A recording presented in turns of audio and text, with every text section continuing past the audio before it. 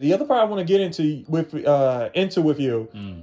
is, let's face it, social media is a part of life, Mm. and there's no getting around it. It's here. It's going to stay that way forever. And again, there's people who, they put up stuff about what they're quote unquote doing in life, and that's great. Some people are faking it to make it. I'm not even going to hold that. I'm not even going to hold that. But then there's other people who really are like accomplishing big feats in life. That, engagements, maybe even a wedding, maybe expecting a new child. They, I guess, lock down a deal on the house, whatever, things like that, and that's amazing. But even then, I think we still go interior, and then we start, hey, what are you doing? How come they had that?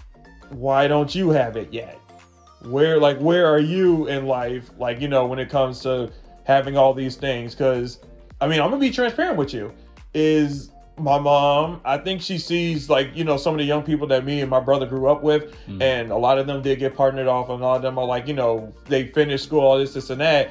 And I feel, though she won't say it, I feel she's still kind of biting the nails, like, all right, so when are you guys gonna, like, this and that? And again, you don't want to let it affect you, but then when you look at your present reality at the moment, where it's like, am I doing anything in life? Like, am I going anywhere?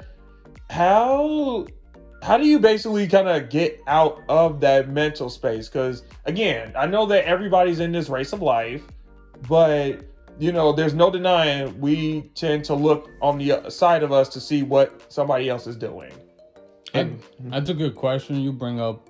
And see, I wanted to kind of answer that a little bit towards the end, like the little bit like advice that we've been applying ourselves. mm, But there's two things that I wanted that while you were talking, and when you brought up the topic, that kind of comes to my mind, and I also want to get your opinion on it before we get to that part. sure. So one of the things that you were talking about, it's this little image, and I brought up earlier about the generational, you know, not standard, expectation. Right. That Yeah. expectation of what your life is supposed to be at a certain age, and that applies both for women and men. I feel we're not gonna debate which gender has it worse or genders. But being straight here, we're only talking about two different genders and specifically ours. But one thing that I've also learned, and I feel a lot of people are also starting to become more aware of, is that those Hallmark card, images of what a family, of what your life is supposed to be at that time, they're slowly starting to what's it called, like the light is slowly starting to become a little bit wider on the image, because it looks good. You have a wife, have a husband, have kids, have a house, have a job, have a car, a dog, white picket fence. But throughout the years, if you also don't just look at the surface, you start looking more like what you said, interiorly, you start seeing a lot of these people did settle because of that pressure, and you'll slowly start seeing why these rates of divorce are Mm. starting to rise up more and more and more, especially nowadays, You because definitely. now it's a little bit more okay than what it was back then to be a single parent, a single, this or that. And And I it, think not to interrupt, but I think people do want something with more yeah, substance yeah. rather than just, okay, we either A, we just had a child together, so we just trying to make sense of this nonsense, make the best out of I wouldn't say a bad situation, but it wasn't like something that was planned. I think people are choosing to like try to go like, you know what, I'd rather be separate and like continue that search versus just stay here, because again, upholding tradition for the sake of the child. I always hate those. So yeah. And back then, I feel that was taboo. It was looked at, no, you're supposed to stay. You can't just divorce your partner. Uh-huh. You can't, do it for the kids, like what you just said. And now it's starting to become a little bit more acceptable, and help in a lot of circles is becoming more encouraged. You have to, one, if you're doing it for the child, it's never a good thing. Nope. And if you're doing it because, oh, well, family or society, whatever, are telling you, church, whatever the hell is telling you that you're supposed to stay in that type of relation, make it work out when it might just, Nothing there to might be work no out. fix anymore. And I feel instead of looking at it as something bad that you're separated, looking at you're continuing on with your journey. Your journey with this person, with this chapter of your life, didn't work out. But instead of looking at it as a failure, it was a trial and error. It didn't work out. Well, you move on to the next one. Now, if you're going from one marriage to another marriage to another marriage, having like kid after kid after kid, and you are still trying to figure out why is it that I can't find the right one, well, we said this in the last episode. If that pattern is there, then there needs to be some more work on yourself, but that's the other thing. But another thing that I also wanted to bring up too, being straight men ourselves. Yeah. Do you feel that pressure also kind of put on us by both society, media, family, of you're supposed to be a man, or well, you are a man. So as a man, you have these expectations by society, by family, by tradition, that you're supposed to be able to provide. You're supposed to have a woman already. You're supposed to have all these kids. Because I know like women. You hear a lot from women that by the age of 30 you're looked at, oh my god, you're so fucking old, you're not married, you don't have kids, but I don't feel as men that talk is held a lot of the time. How do you feel about that? There is that pressure that as men we are supposed to have it figured out, because and I know that originally, spoilers, we was going to be kind of dealing with gender roles, but the funny thing is, dealing with this whole time pressure kind of goes into a little bit of general, especially for us here as men, because you're right. Where, as guys, we're expected to just like, you should have had this all figured out by now, this and that. Like, and it is like, that standard pressure of like, you're supposed to like be making X amount of money, especially if you're going to try to like, get with like a woman and then start a family and this and that. When it's like, what if I'm scraping by with just what I kind of have at the moment? Like, it's not that I'm not planning for the future. It's just, I'm trying to be present in the moment right now, because if I don't make the steps here and now, then anything outside of that might be a miss or just like completely way off. So, I mean, I'm 100% with it. Like, Yeah, and again, there's so many different factors that in my opinion, need to be taken into consideration. But most of the time, from the outside, it's not. It's just the typical superficial parts. Do you, like what you said? Do you have a job? Are you making enough money? Do you have the woman? It's not so black and white though, as everyone is kind of. I feel people are starting to kind of realize a little bit more now. It's not so black and white. It's not so, oh, do you have a 9-to-5 job where you're making money? It's a little bit more now. It's more acceptable to ask, am I working a job that I'm passionate about, where I'm being paid well, I have a good flexible schedule, all that. It's not anymore, do I just have a woman, or well, yeah, I was being meant. It's more, do I have the person who I can see as a partner of building that family, building a future, building a life with, it's a little bit more, well, I guess to some people, because there's people, and we'll get to, towards the end, we'll get to that part too. But I think it's becoming a little bit more acceptable to kind of ask more questions now than to just what's it called? Like go by stereotypes, and go by these expectations that are outdated, for not just women but also men, because now that back then the woman would stay home, the man would get make the bread or get the bread and she would bake the bread. I don't know how the hell but, I mean, well, someone's gotta cook this thing. But nowadays, it's more acceptable where both the men and the woman are out there. They're working. They're bringing home the bacon. I love these food metaphors. They're great. I feel it's a little bit more acceptable to plan that out.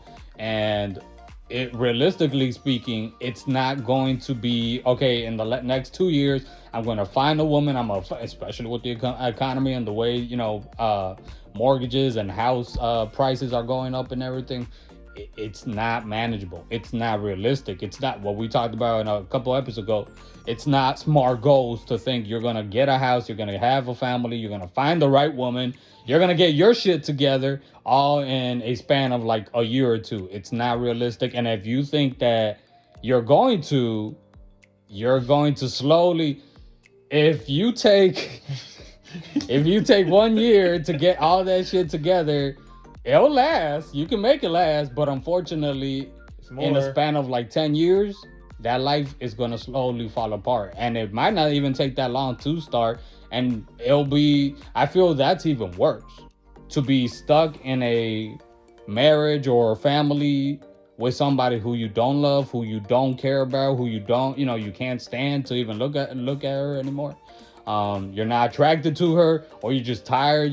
There's no chemistry, all that. Then you're going to a fucking job that you hate. You hate your boss. You hate the co-workers. You hate your clients, patients, whatever you probably even hate yourself for being stuck in this mess. Exactly. And it's worse to live that. It's a sentence. It's a life sentence to live that type of life day in and day out. And you start seeing, whether it's people, I'm not justifying it, but you do start seeing cheatings going on. You start seeing people who are just, like the mental health issues start going up, domestic violence start going up. Like it's an ugly place to be at. And you have to be honest, you have to be realistic, and you have to be okay with yourself. Even if everybody else is not okay with it, you have to be okay with being realistic. It's that timeline and those expectations, those standards don't work for me, and that's okay. And you can tell, you can shut somebody else. You could, stop listening to when somebody's bothering you, annoying you, bringing that shit up constantly. You could, shut up, mom, shut up, whoever.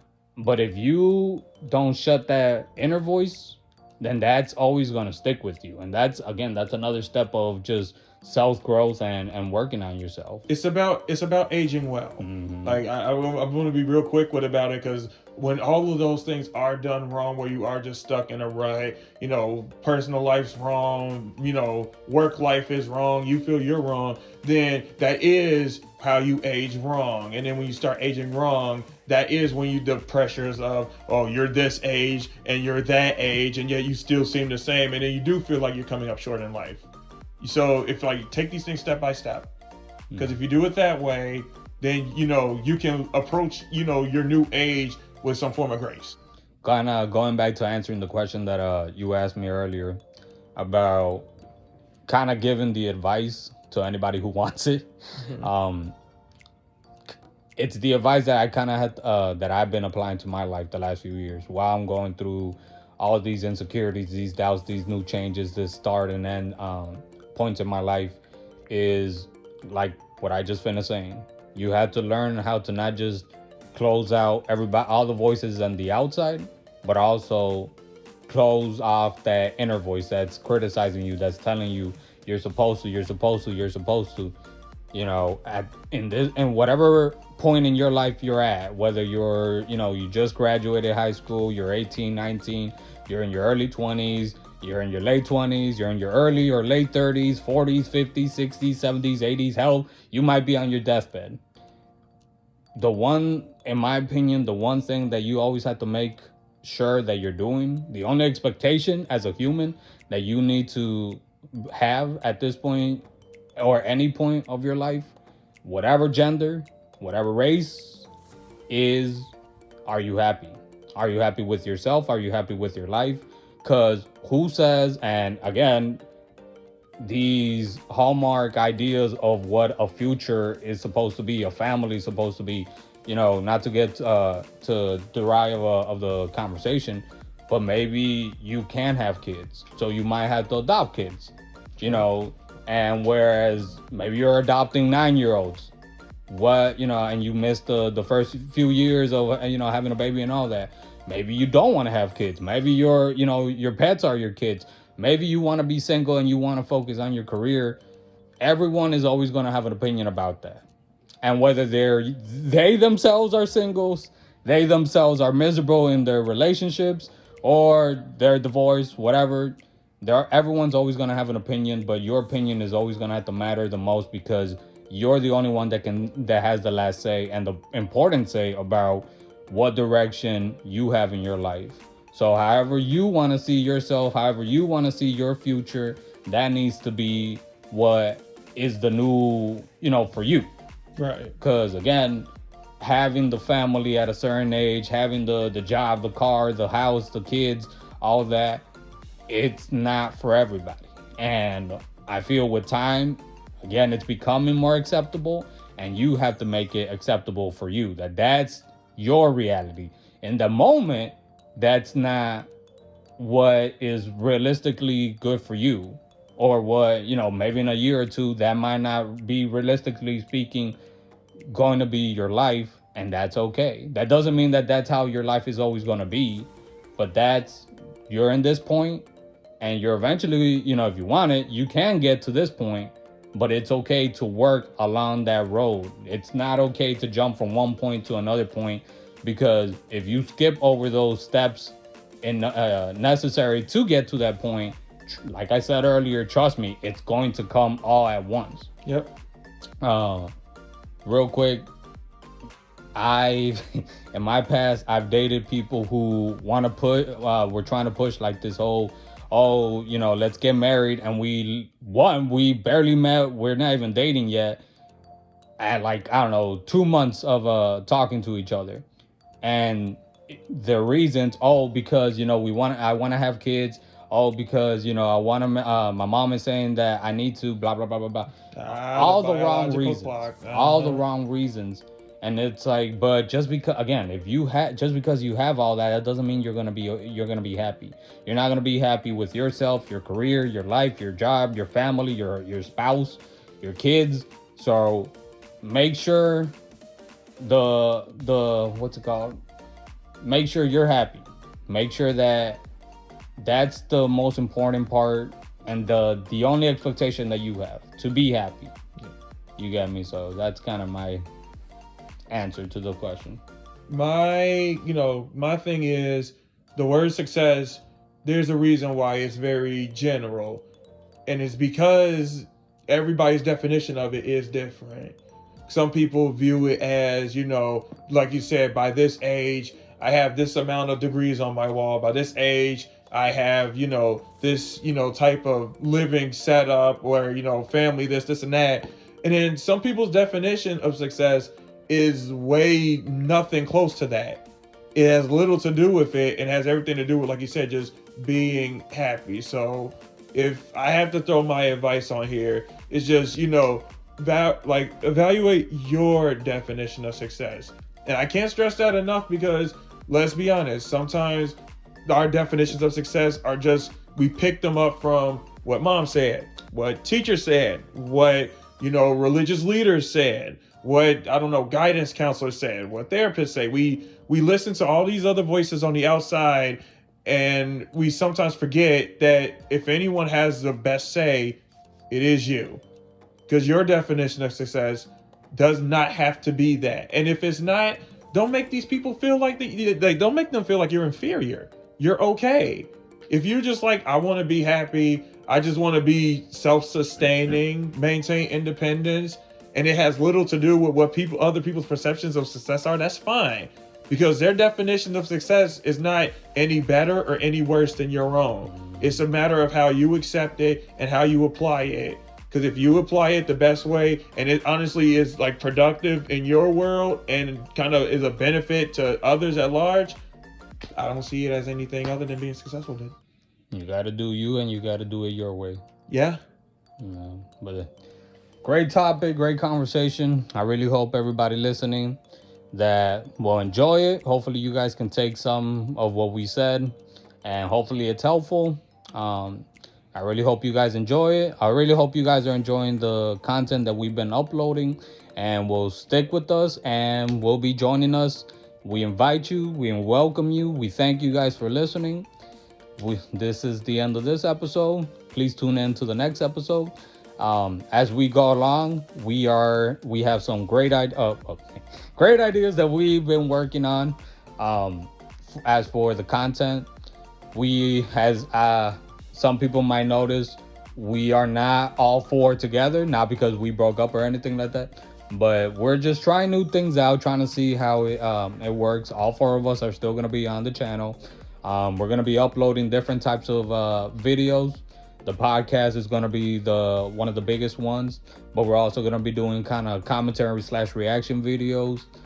Sometimes it will be all four of us, sometimes three, sometimes a pair, sometimes only be one of us. But nevertheless, this is very important to us, and I really hope you guys are enjoying it and stick around and join us for the next episode. So hope you guys are well, hope you guys enjoy it, and hope you guys come back.